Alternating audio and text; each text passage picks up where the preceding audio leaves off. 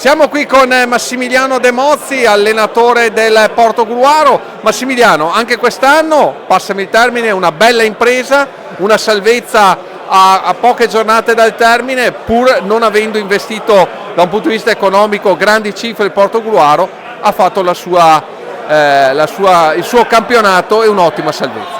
Sì, dai, è stato faticoso ma obiettivo raggiunto e siamo contenti. Poi magari non si sapeva le potenzialità, come hai detto te, delle altre squadre, ma un ambiente dal presidente al direttore sportivo che quando manca una cosa, ok, ci mancava qualcosa magari a livello economico, ma con loro è stato veramente bello, ci hanno aiutato tanto ed è per quello che abbiamo ottenuto l'obiettivo.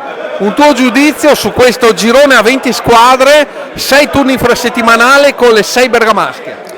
È una cosa che un po' di Serie D adesso l'ho fatto, non era mai capitato, sinceramente tanto pesante, tanto dura. Poi noi da Portogruaro la partenza tanto presto di mattina, abbiamo fatto per curiosità una classifica levando tutti i punti delle bergamasche e noi siamo stati devastati, abbiamo fatto 6 punti su 10 partite, cioè di 12 sconfitte 6 le abbiamo fatte con loro.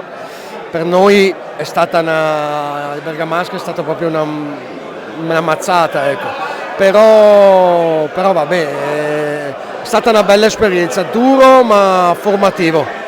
Bene, un qualcosa che ti è piaciuto in particolare della tua squadra? Ecco, quest'anno rispetto all'anno scorso erano un po' più spettacolari, davanti, facevamo qualche gol in più, però la solidità e il fatto anche di non aver mai perso 2 partite di fila, a parte le prime 2, poi non abbiamo mai perso 2 partite di fila, vuol dire che la cosa mi è piaciuta di più, che ogni momento di difficoltà c'è sempre stata una reazione.